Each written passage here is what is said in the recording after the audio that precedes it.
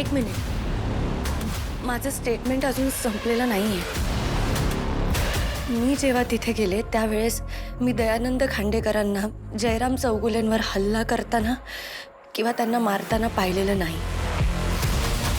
दयानंद खांडेकर त्यांच्या शेजारी उभे होते. त्यांच्या हातात चाकू होता, पण ते कोणावरही अटॅक करत नव्हते किंवा ते डिफेन्सही करत नव्हते. क्राईम आधीच झाला होता, जो घडताना मी पाहिलेला नाही. ठीक आहे, अजून काही आठवत असेल तर सांगा. मला नाही वाटत की जयराम चौगुलेंचा खून दयानंद खांडेकरांनी केला. मला माहिती आहे ते निर्दोष आहेत. ते इन्व्हेस्टिगेशन मध्ये कळेल. आपल्याला काही वाटत असलं तरी पुरावे जे सांगतात तेच कोर्टात सादर होतं आणि मग कोर्ट काय ते निर्णय घेईल. तुम्ही स्टेटमेंटवर सही करा.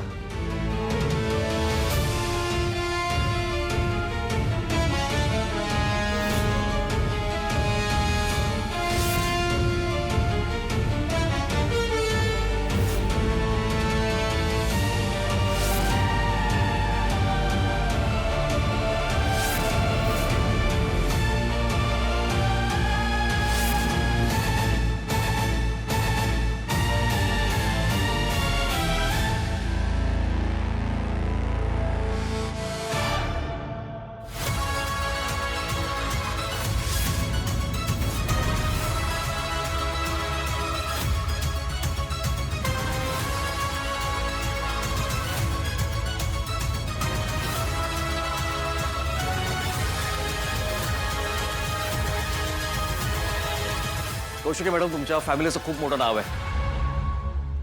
तुमची इमेज पण क्लिअर आहे. पण काय, आता केस रजिस्टर झालेली आहे. विटनेसचं स्टेटमेंट सुद्धा रेकॉर्ड केलं आपण. आता कोर्टात केस फाईल होणार. सो मला असं वाटतं की तुम्ही सुद्धा आता केसची तयारी करायला सुरुवात करा. सर थोडीशी माहिती द्या ना, आम्हाला बातमी कव्हर करायची आहे. सर इन्स्पेक्टर, मी तुम्हाला रिक्वेस्ट करते. सर प्लीज, आता जे काही झालं ते बाहेर. बातमी हे काय चाललंय बाहेर? कोण आहे? सर, बाहेर मीडियावाले आलेत. दयानंद खांडेकर बद्दल विचारतात. हे बघा, त्यांना आतमध्ये अजिबात सोडायचं नाही. जा तुम्ही. मॅडम, न्यूज तर बाहेर गेली. कशी? अहो मॅडम, असं नाही आज सोडता येणार, जरा समजून घ्या. दयानंद खांडेकरांवर खुनाचा आरोप झाला, हे खरं आहे का? कोणाचा खून केला आणि का? आणि खुनाचा मोटिव्ह काय आहे? काही मर्डर वेपन सापडलंय का तिथे? तपास पूर्ण झाल्यानंतरच मोटिव्ह सांगता येईल आम्हाला, तसं नाही सांगता येणार. साहेब, काहीतरी माहिती द्या. अहो, दयानंद खांडेकरांनी त्या व्यक्तीचा खून का केला? तपास चालू आहे. तपास पूर्ण होत नाही तोपर्यंत काही सांगता येणार नाही. Excuse me. सर, युवराज सर आले. सर तुमच्या बाबांनी हा खून का केला आहे? त्या व्यक्तीचा खून झालाय, त्याला तुम्ही ओळखता का? बिझनेस मधल्या वादातून हा खून झालाय का? एक मिनिट. काय तुम्ही तुमचेच कॅमेरे रिवाइंड करून बघा जरा. मी आत्ताच आलो ना इथे तुमच्या समोर. तुम्हाला जेवढी माहिती आहे ना तेवढी माहिती मला नाही आहे. म्हणजे तुमच्या फॅमिलीमध्ये कोणालाच याबद्दल काही माहिती नाहीये का? नाही, माहिती आहे ना. माझी वहिनी दयानंद खांडेकरांची मोठी सून तारिणी, त्या तारिणीला याबद्दल सगळी माहिती आहे. म्हणून ती इथे माझ्या आधी येऊन बसली. आमच्या सगळ्यांच्या आधी ती इथे येऊन बसली आहे.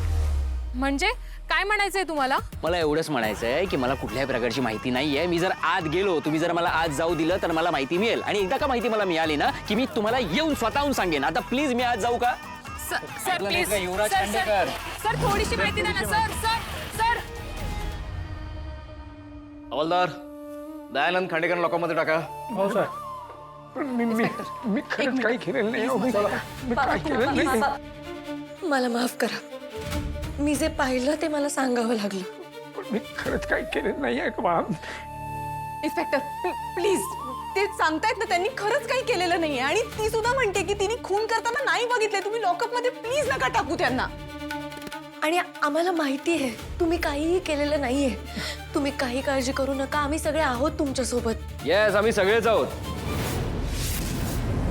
पण इथपर्यंतचा जेलच्या आतमध्ये तुम्हाला एकट्यालाच जायचंय. युवराज, तू इकडे काय करतोयस? 2 मिनिटं. मी तुला कॉल केला होता, तू उचललास का? नाही ना. आता 2 मिनिटं थांब जरा. युवराज, हा बोला. दयानंद खांडेकर, काय तुमचे पराक्रम दिसतात तिकडे न्यूज चॅनलवर. इथे बाहेर मला पत्रकार विचारत होते की दयानंद खांडेकरांनी खून केलाय का, तुझ्या बाबांनी खून केलाय का. अरे काय उत्तर काय द्यायची, काय सांगायचं काय त्यांना? नाही मॅडम, मी खरंच खून वगैरे काही केलेलं नाही यार. अरे बापरे, मग ते काय न्यूजवर सगळी खोटी अफवा पसरवत आहेत का सगळे? सगळं खोटे आहे का? तुम्ही एकटे खरे? त्या गर्लफ्रेंडच्या मुलाला घरात आणलं म्हटलं ठीक आहे, काही वर्षांपूर्वी झाली असेल या माणसाकडून चूक, ठीक आहे, होते. आता डायरेक्ट खून केला युवराज, माइंड युअर लँग्वेज. ते बाबा आहेत तुझे, नीट बोल त्यांच्याशी. मग आहेत ना, मी कुठे अमान्य केलंय? बाबा आहेत माझे काय याचे सुद्धा आहेत. पण म्हणून काय त्यांनी खून केला? बरं याला घरात घ्यायच्या आधी तरी करायचा. युवराज, ते सांगतायत त्यांनी खून केला नाहीये. मग काय इथे सगळे तुम्ही पिकनिकला आलात का? काहीतरी केलंय म्हणूनच. आणि तू पाहिलंच? त्यांनी खून केला नाही केला तू पाहिलंस का? नाही पाहिलं ना. कोणी पाहिलं? तारिणीने पाहिलं, बरोबर की नाही? तारिणी, वहिनी पाहिलंत ना तुम्ही? झाली का इच्छा पूर्ण झाली का? माझ्या बाबांना अडकवलं काहीतरी खोट्या केसमध्ये? हा बोल ना, हेच करायला आली होतीस ना तू? आमचं घर फोडायला आली होतीस ना? झालं ना? प्लीज इकडे सीन क्रिएट करू नकोस. हे पोलीस स्टेशन आहे. या पोलीस स्टेशन मध्ये माझ्यामुळे आला नाहीये तुम्ही, या दोघांमुळे आलात. तुम्हाला किती वेळा सांगितलंय, या दोघांमुळे आपल्या घराची वाट लागली आणि घर फोडलंय आपलं. आता अशीच एक माणसं आपल्या घरातली कमी करता येईल. युवराज, बस. आता तुला जे काय बोलायचं ना ते घरी जाऊन बोलायचं, कळलं? का? चल. पण नाही प्लीज ऐका ना, मला माहिती आहे तुम्ही काही केलेलं नाहीये. मी सांगेन ना बाबा. ऐका बाबा.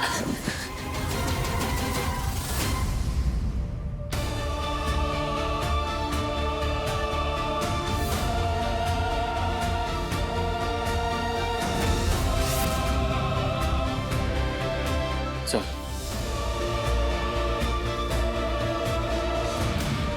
चल.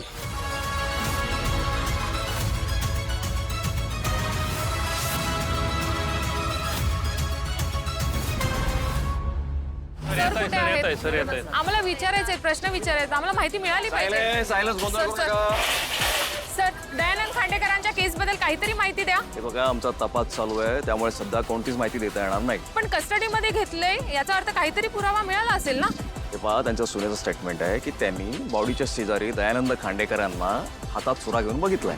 पण फॉरेन्सिक रिपोर्ट आल्यानंतर त्याचं व्हेरिफिकेशन होणार, तोपर्यंत आम्हाला काही माहिती देता येणार नाही. Sir sir please sir sir साहेब सर, त्यांनी खरंच खून केलंय. आताच मिळालेल्या माहितीनुसार तारिणी केदार खांडेकर म्हणजेच दयानंद खांडेकर यांची सून, त्यांनी पोलिसांना स्टेटमेंट दिलं आहे. त्यांच्या म्हणण्यानुसार दयानंद खांडेकर यांच्या हातात सुरा होता, याचा अर्थ त्यांनीच तो खून केला आहे. गॉड, ही तारिणी एवढ्या खालच्या लेवलला कशी जाऊ शकते? तरी मी सगळ्यांना सांगत होते ना की ही चांगली मुलगी नाहीये. ही एक वेगळा हेतू घेऊन या घरात आलीये. अडकवलं हिने दया पप्पांना. पद्मिनी मम्मा, दया पप्पा तारिणीच्या ट्रॅप मध्ये अडकलेत. आता ते कायमचे जेलमध्ये जाणार. तसं काही होणार नाहीये. दया काका निर्दोष आहेत आणि ते लवकरच परत येतील. हो, मग हे काय सुरू आहे आणि कुठे आहेत हे? कौशिकी, अगं तू एकटीच का परत आलीस? कुठे आहेत हे? यांना का नाही आणलंस तू?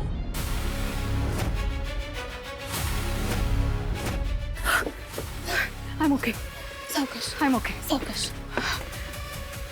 कौशिकी, सावकाश. ठीक आहात? हां, खाली या, खाली या, बसा इथे. हळू बस. हळू.